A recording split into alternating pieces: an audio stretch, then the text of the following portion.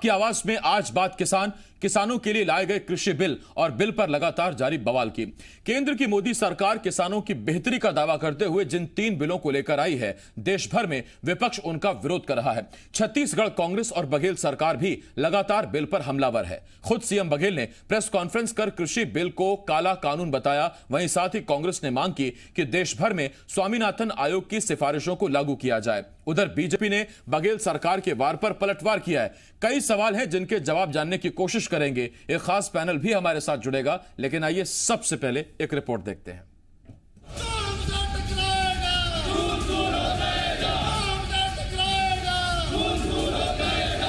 किसानों के लिए मोदी सरकार की तरफ से लाए गए 3 बिलों पर देश भर में सियासत जारी है। छत्तीसगढ़ में भूपेश सरकार और कांग्रेस कृषि बिल पर लगातार हमलावर है। सीएम बघेल जहां बार बार इन बिलों को काला कानून बता रहे हैं, तो कांग्रेस पहले ही इस बिल के खिलाफ कोर्ट जाने की बात कह चुकी है। मोदी सरकार पर हमलावर बघेल सरकार ने एक बार फिर इसी को लेकर हमला बोला।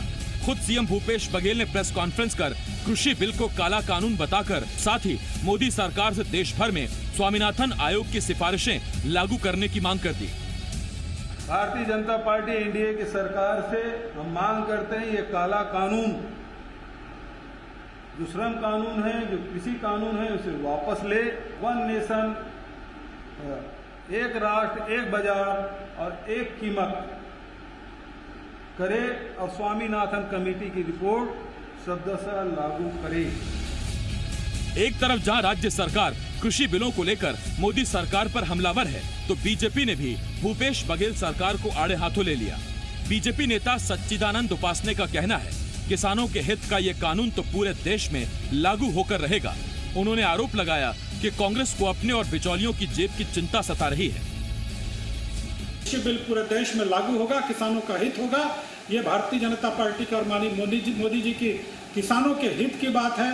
किसानों को जिस प्रकार से उन्होंने कहा है, जिस प्रकार से उनका समर्थन मूल्य लगातार बढ़ाते जा रहे हैं और इस समय भी घोषित किया है, तो स्वाभाविक रूप से कांग्रेस को ये पीड़ा हो रही है कि हमारा वोट बैंक किसानों का कहीं न कहीं हमसे खिसक न जाए। चूंकि कृषि बिल सीधा किसानों से जुड़ा हुआ है, इसीलिए इस पर सियासत तल्ख है। मोदी सरकार और बीजेपी जहां इस बिल को किसानों की आर्थिक स्थिति को मजबूत करने वाला बता रही है, उन्हें अपनी फसलों को बेचने की आजादी देने वाला बता रही है, तो वहीं कांग्रेस बार बार इस बिल को किसानों के लिए काला कानून बताकर विरोध कर रही है। अब देखना यह है किसानों के नाम पर जारी ये सियासी जंग कब और कहां जाकर थमेगी।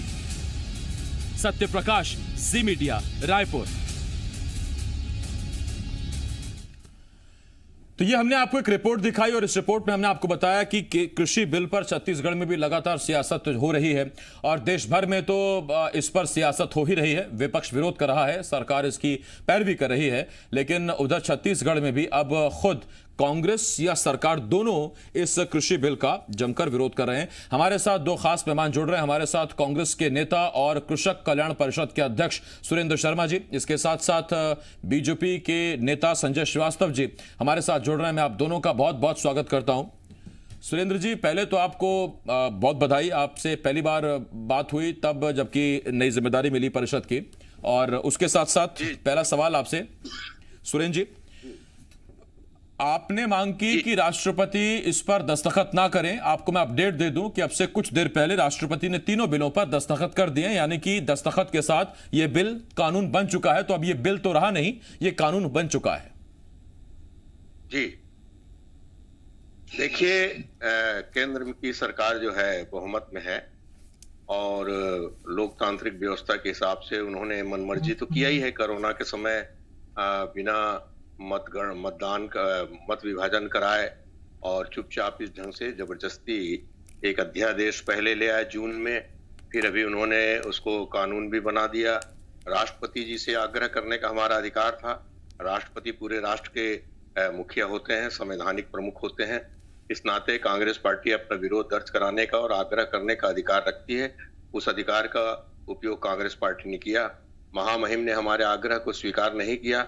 वो उनका अपना दृष्टिकोण हो सकता है, वो उनका अपना स्वयं का अधिकार हो सकता है। मगर जहां तक प्रश्न है कि सिर्फ विपक्षी दल ही नहीं, पूरे हिंदुस्तान के किसानों में इसके प्रति जबरदस्त आक्रोश है और इस आक्रोश को सरकार को समझना चाहिए, बहुमत के दम पे एक तो हिंदुस्तान के तमाम जितनी भी संस्थाएं हैं, जितने भी आर्थिक स्रोत हैं, सब आज संकट की स्थिति में है। कोरोना में पूरा देश संकट में फंसा है।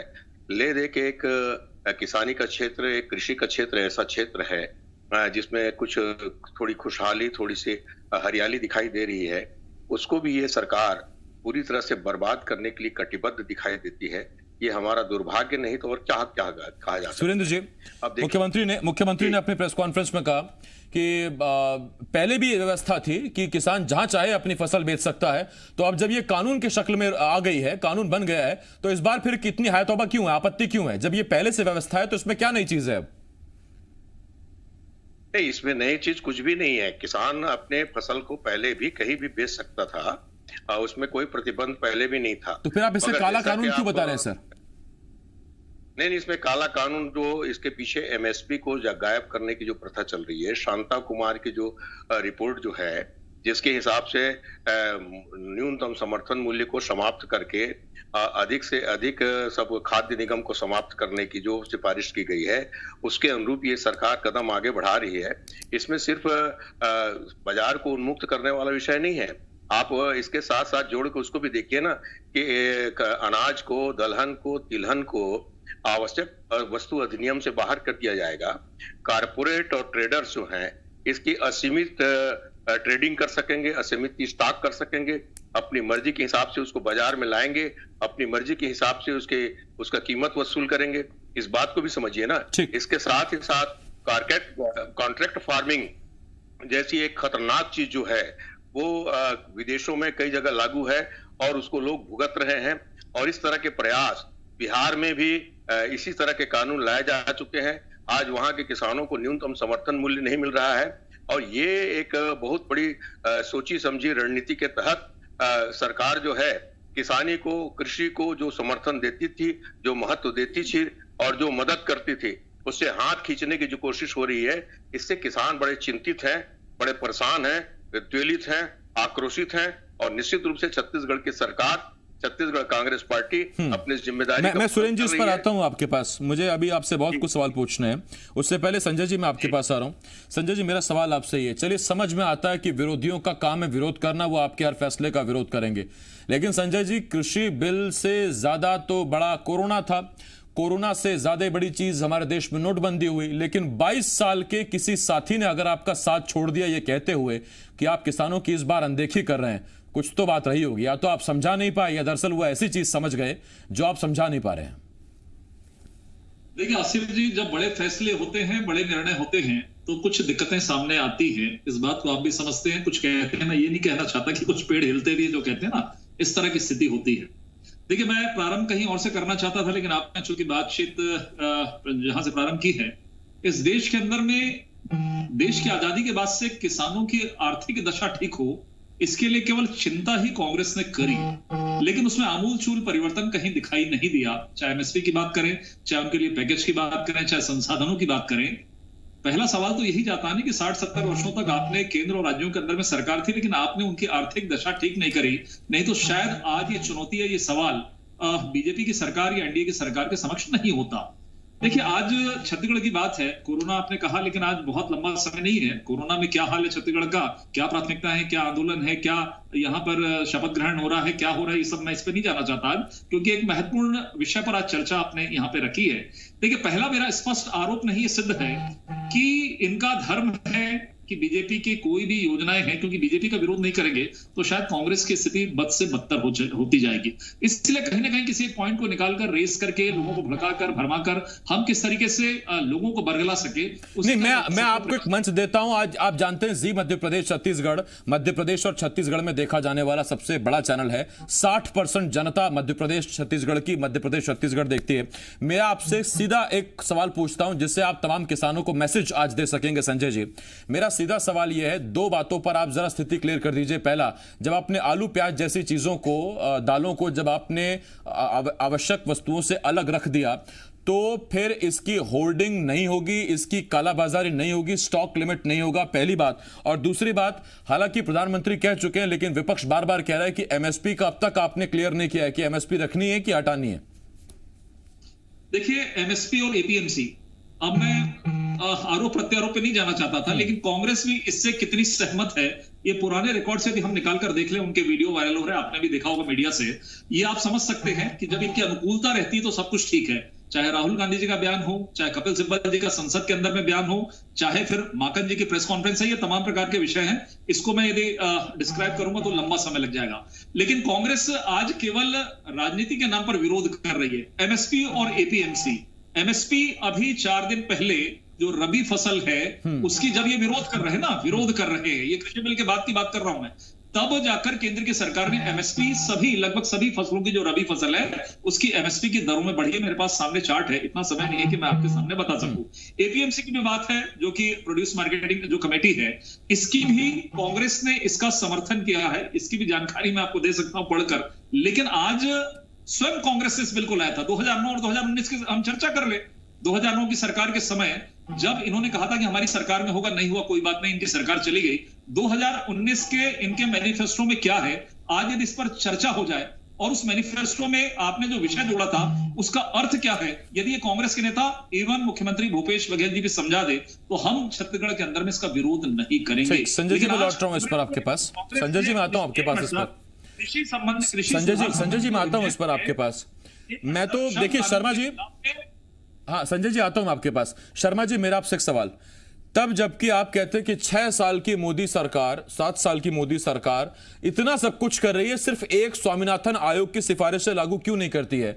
मैं और जनता और किसान आपसे जरूर पूछना चाहते हैं कि सर, तब जबकि आप इतने प्रचंड बहुमत से यहां आए, आपको विपक्ष कहीं नहीं रोक पाएगा विधानसभा में, आप ही लागू कर दीजिए। देखिए, ये जो ये केंद्र का विषय है, स्वामीनाथन आयोग की रिपोर्ट पूरे देश उसके बराबर की सुविधाएं छत्तीसगढ़ में आप नए बिल के साथ दे दीजिए। इसमें निश्चित रूप से छत्तीसगढ़ सरकार सुविधाएं दे रही है, अपने किसानों को 2500 रुपए में धान खरीदी कर रही है, राजीव गांधी न्याय योजना के अंतर्गत अंतर की राशि दे रही है। हमारा छत्तीसगढ़ विशेष रूप से धान उत्पादक देश है। वनोपज में उन्होंने 7 जिन्स को बढ़ा करके 35 जिन्स किया है। तेंदुपत्ता के खरीदी को उन्होंने बढ़ा करके 4000 रुपए किया। ऐसा नहीं है, छत्तीसगढ़ सरकार कर रही है। छत्तीसगढ़ सरकार किसानों की सरकार है। हमारे भाई संजय श्रीवास्तव जी कहते हैं कि 6 साल पहले भारत में किसानों के लिए कुछ नहीं किया गया। इनको मैं स्मरण दिलाना चाहता हूं, मालगुजारी प्रथा का समापन कांग्रेस पार्टी की सरकार में हुआ, तब लोग आज किसान बने हुए हैं, भूमि स्वामी हक मिला है।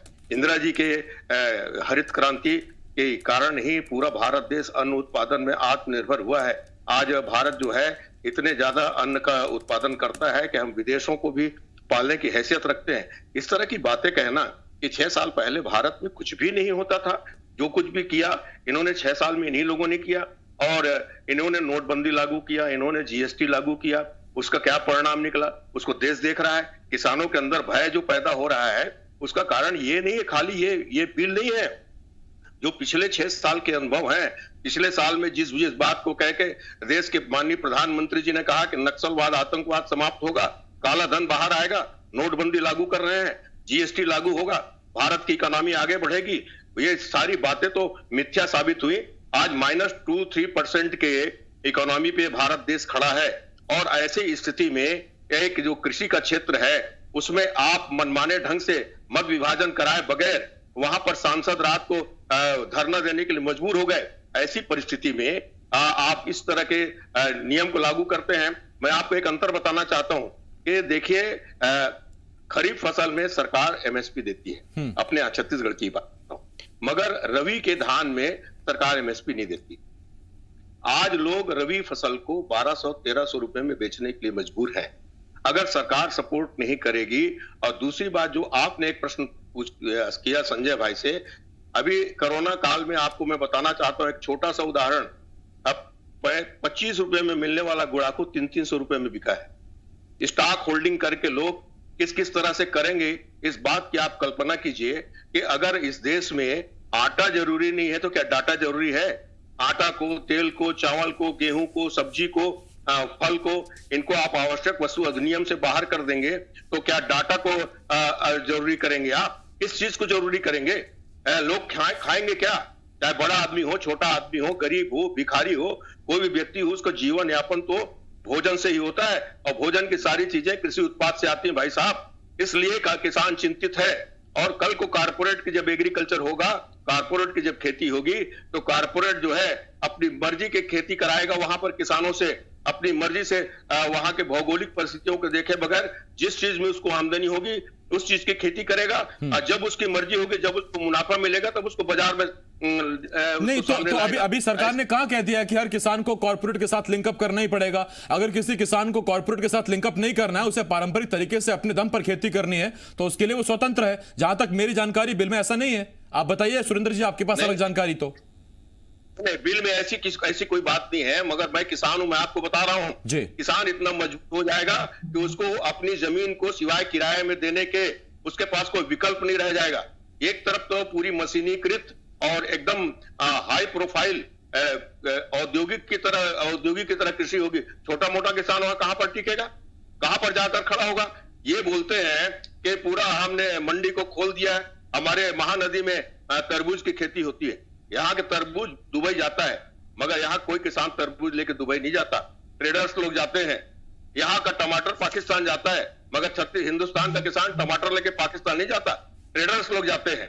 और मैं तो आपको एक बात कहना चाहता हूं, आज भी ये स्थिति है कि 10 रुपए किलो किसान आलू बेचता है, 10 ग्राम आलू को चिप्स बनाने वाली कंपनी बेचती है आज बाजार में। यही स्थिति हर चीज में होने वाली है। इसमें सिर्फ किसानों को नहीं, उपभोक्ताओं को भी चिंतित होने की आवश्यकता है, आपको भी चिंता करनी चाहिए। ये सिर्फ किसानों का विषय नहीं है।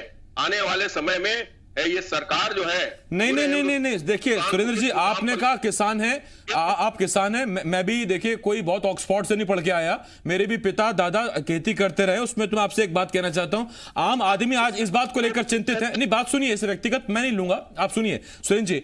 मैं कह रहा हूं आम आदमी और जनता इस बात पर चिंतित है कि वाकई अगर आज 40 रुपए किलो आलू आम आदमी खा रहा है, तो क्या 40 रुपए वो किसान की जेब में पहुंच भी रहे हैं, या कहीं ऐसा तो नहीं कि किसान की जेब में मात्र 10 रुपए आ रहे हैं और 30 बिचौलिए खा रहे हैं। मैं संजय जी इस पर आपके पास आ रहा हूं।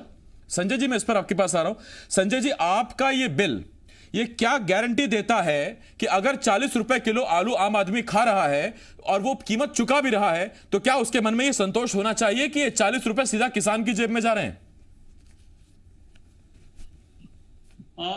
देखिए आसिफ जी, यही सबसे बड़ी चिंता है और यही सबसे बड़ी दिक्कत है कि किसानों की सोच कि किसान किस तरीके से उन्नत हो, ये चिंता कांग्रेस की सरकारों ने नहीं किया। और वही मैं 50-60 साल की बात करता हूं तो सुरेंद्र जी को तकलीफ होती है। ये आगे बहुत आगे तक निकल जाते हैं। आज ये विधायक कानून का स्वरूप पकड़ा, ये उसकी तमाम प्रकार की कमियों को गिनाने लगे हैं, फायदे को पहले गिना के नहीं उनकी कमियों को दिखाने लगे।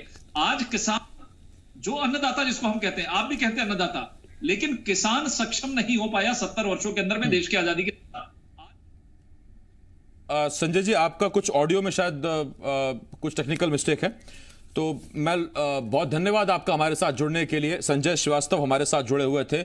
इसके साथ साथ हमारे साथ सुरेंद्र शर्मा जी हमारे साथ जुड़े हुए थे, बीजेपी की तरफ से संजय जी और कांग्रेस की तरफ से सुरेंद्र जी। बहुत धन्यवाद आपका हमारे साथ जुड़ने के लिए। इतना जरूर है, किसान सब चीजों को देख रहा है, तय भी करेगा। और रही बात किसानों की, तो पंजाब हरियाणा का किसान विरोध कर रहा है, उसके अपने पक्ष होंगे।